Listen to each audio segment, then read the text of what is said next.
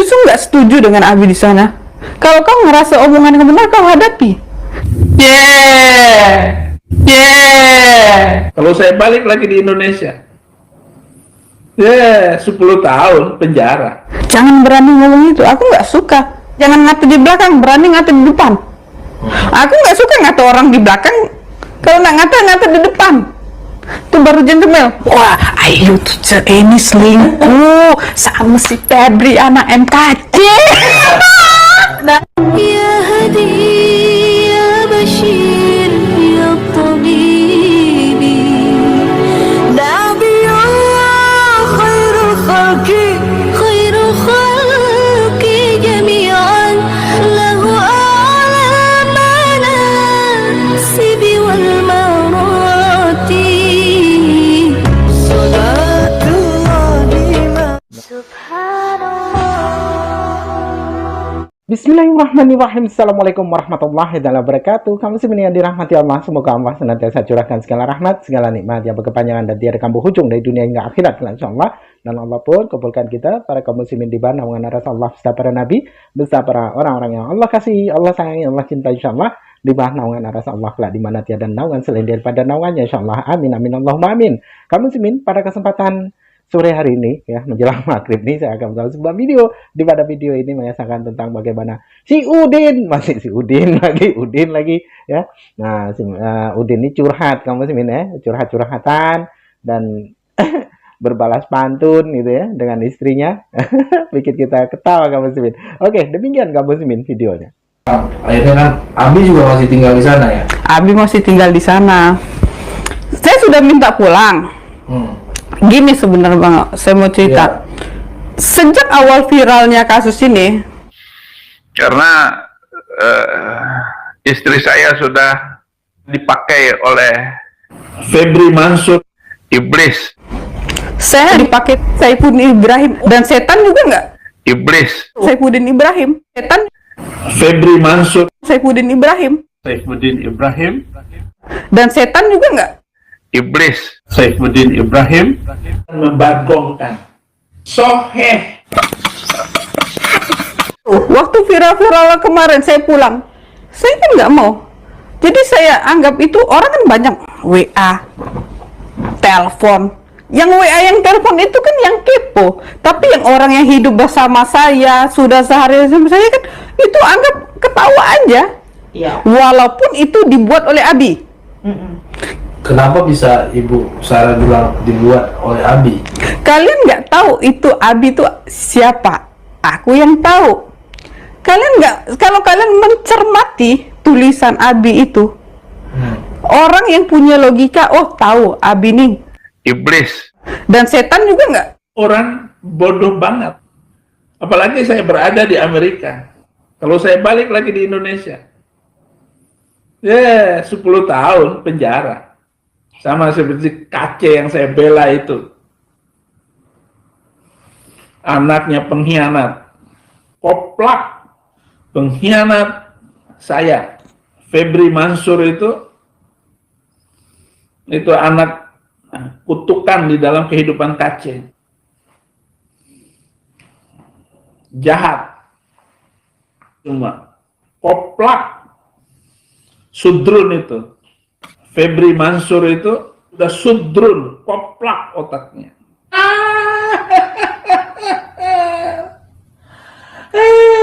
Febri Mansur itu cium istri saya.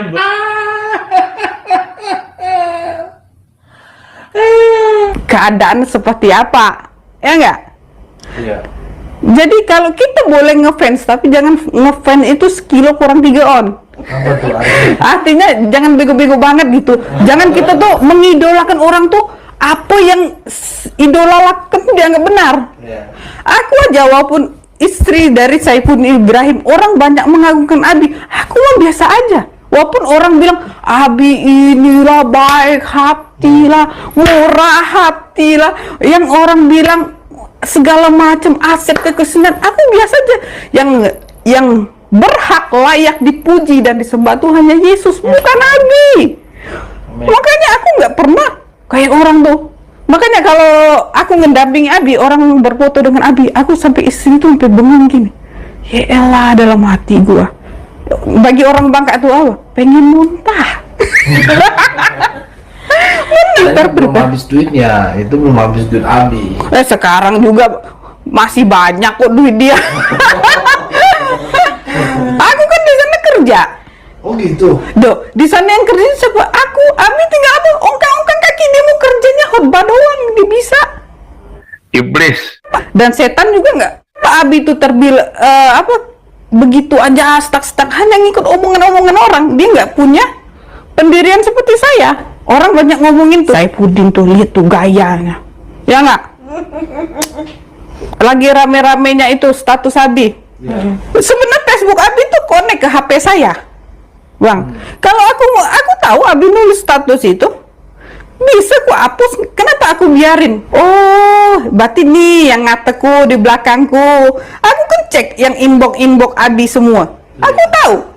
Oh, nih, jadi ku lihat di mana orang yang menghargai aku bukan embel-embel nama Saifuddin Ibrahim.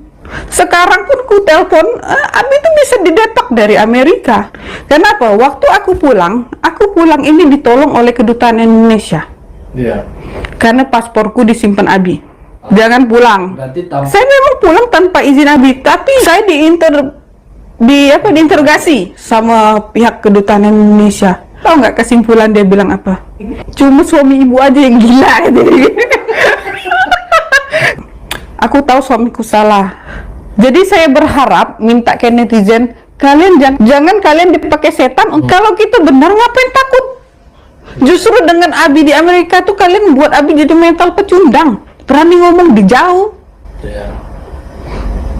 Aku justru nggak setuju dengan Abi di sana. Kalau kau ngerasa omongan yang benar, kau hadapi.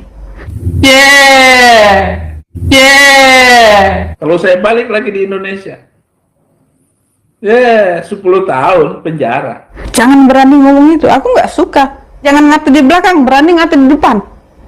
Aku nggak suka ngata orang di belakang. Kalau nak ngata di depan.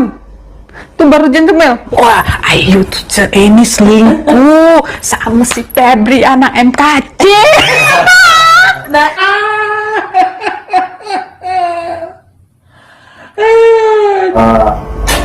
Febri anaknya Pak Aceh itu ada bermain dengan ibu, benar nggak? Bermain pasti. Masa nggak bermain, ku nggak teguran sama dia. Oh Bermain apa dulu nih? iya, maksudnya bermain apa ya kalau dibilang selingkuh? Selingkuh hanya aku yang tahu. Kepo. Udah jangan dicari, biar aja dia udah tua. Iya. Ya nggak? Jangan ketik semangat aja. Abi bongkar pala. Few moments later. Tidak kuat, lepaskanlah aku daripada lumpur ini, supaya jangan aku tenggelam. Biarlah aku dilepaskan dari orang-orang yang membenci aku, dan dari air yang dalam. Yang baik tinggalkan. Orang Jawa bilang, olo ketitik, api ketoro. Jadi sedikit yang baik itu nampak. Kalau yang jelek tetap juga nampak. Pasti akan kelihatan. Yang benar siapa, yang jahat itu siapa. Saya ini berkali-kali hampir mati, ya. Hampir mati. Bahkan oleh keluarga sendiri loh, yang mau mencelakakan saya. Dia berusaha bagaimana pelayanan saya hancur, bagaimana dia setiap hari Sabtu itu pasti ribut. Padahal besoknya saya itu akan khutbah, besok pagi itu saya khutbah. Begitu selama 8 tahun saya bersatu dengan kekasih hati saya. Tapi kalau pulang, saya yang atur. Itu jangan mengatur dirimu sendiri, apalagi lancang lidahmu terhadap suaminya. Mereka tahu sekarang kok. Mereka tahu keberadaan saya kalau mereka mengambil alamat tempat di istri saya. Mereka tahu. Karena istri saya sudah bergabung dengan mereka, menyatu dengan mereka. yang dipakai oleh iblis di dalam menghancurkan pelayanan saya, menyelamatkan rumah tangganya, menyelamatkan pelayanannya, menyelamatkan anak istrinya, menyelamatkan suaminya. Ada istri yang membunuh suaminya, ada suami yang membunuh istrinya. Kenapa? Karena tidak ada ketulusan. Apalagi kalau istri saya sudah mengancam dari awal karena saya tidak mau mengikuti keinginan dia, yaitu menghentikan pelayanan. Kalau begitu saya yang akan menghancurkan pelayananmu. Begitu kata istri saya. Ya, jadi dia kelihatannya seperti orang yang mendukung saya. Tetapi saya banyak mengalami kesulitan hidup karena istri yang saya cintai. Jangan karena ecek-ecek mental seperti istri saya pantatin, saya suaminya. Apa model kayak begitu? Kasihan. Istri saya keblinger. Jadi begitu, saudara-saudara. Kan orang yang satu tempat tidur dengan saya. Di film-film itu bukan cerita bohong. Ada buktinya semua. Haleluya. Dengan apapun yang terjadi, ocehan-ocehan itu. Ya, duri dalam daging, yaitu istri. Ocehan-ocehan itu, ya, duri dalam daging, yaitu istrinya. Istri tidak mau menjadi istri yang menolong suami di dalam melayani Tuhan. Kalau saya ceritakan betapa banyaknya penderitaan saya karena ditentang oleh istri saya. Pelayanan ke Nias itu ada saksi hidup semua. Pelayanan di Kalimantan sama semuanya.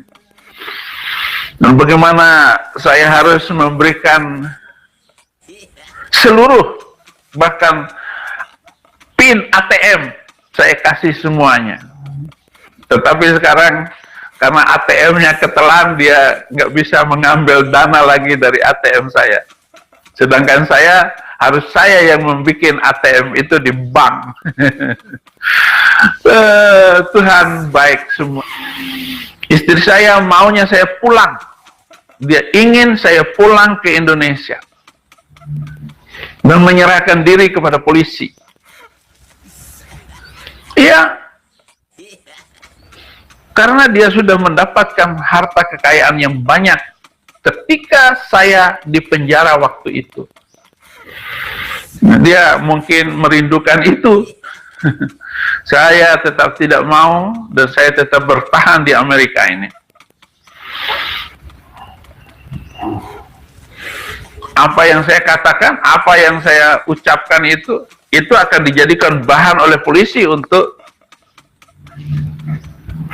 BAP saya. Terlalu banyak.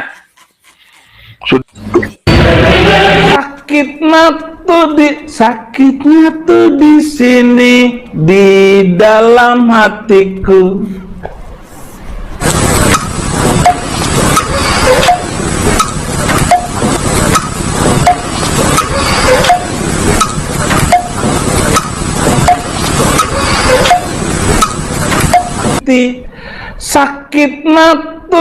Sakitnya tuh di sini, di dalam hatiku.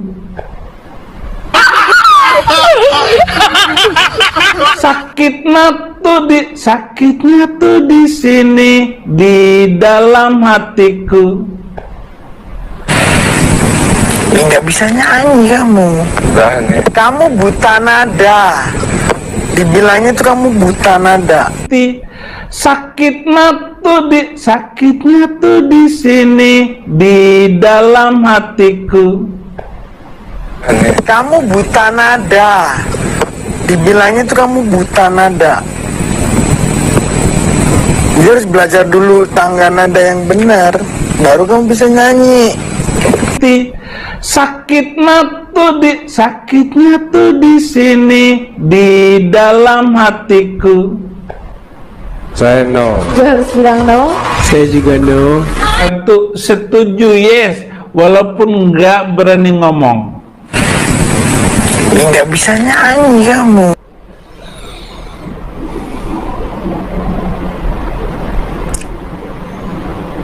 Ini menyedihkan. Nggak sakit? Udah nggak ada tahu. Sakitnya di situ nggak? Yang jelas sekali menyakiti. Sakitnya tuh di sini, di dalam hatiku. Itu baru saya, belum puluhan juta orang. Nah, demikian tadi kamu sih ya, yang dimana curhatan, jeritan hati si kakek Udin, kakek Udin galon ya, galau, frustasi ya, yang saat ini dia mengaku sedang dicari-cari polisi ya, untuk ditangkap. Namanya juga buron. Namun selalu berkata tidak takut. Tapi apa yang terjadi pada dirinya? Dia acap kali sembunyi-sembunyi ya, dia tidak berani pulang, takut nanti dihajar, takutlah ini nantilah itu ya, hanya modal bugono begini ya, hanya modal memaki-maki, menghina-hina supaya dia bertahan, dapat bertahan oleh karena apa ya, dapat makan untuk bertahan gitu. Padahal ya tidaklah selamanya ya, dia itu akan seperti itu terus gitu. Nah, pada masanya nanti dia pun akan menjumpai kesialannya. Namun di sini, dia macam manusia yang paling gagah di muka bumi, yang paling hebat di muka bumi, yang tidak akan seolah-olah tidak akan tersentuh oleh hukum, tidak akan tersentuh oleh kepolisian ya, tidak akan mendapatkan siksa pedih dari Allah gitu ya, seolah-olah gitu. Padahal Allah itu ya menyiksa atau memberikan azab manusia itu terkadang tidak sekaligus, namun pelan-pelan. Nah, itu bukti nyata si Udin ya, hartanya habis ya, itu karena memang Allah itu memberikan azab yang pedih itu seperti itu, pelan-pelan Allah siksa gitu ya, supaya diberikan teguran ya, diberikan teguran. Kalau dia dapat menyadari kesalahannya, maka Allah akan mengampuninya. Tapi apabila dia tidak juga menyadari kesalahannya, malah semakin durhaka kepada Allah, maka Allah pun akan terus memberikan kesakitan yang teramat sangatlah pedih bagi si Udin yang ada di Amerika sana, sebagai seorang pelarian, sebagai seorang buronan yang tidak dapat tidur nyenyak, tidak dapat makan dengan kenyang ya, makan tak habis, mandi tak basah ya, karena si Udin jarang mandi. Makan pun jarang-jarang ya. Boleh jadi dia makan dari botol-botol bekas itu ya, yang dimana tong-tong sampah di situ ya kan, ada orang buang makanan, mungkin si Udin makan kan itu. Oke, demikian saja kaum muslimin yang dapat saya sampaikan. Saya Iri Budi. Wassalamualaikum warahmatullahi wabarakatuh. Ya Hadi, Ya Bashir, Ya Tabibi, Nabi Allah khairul khalqi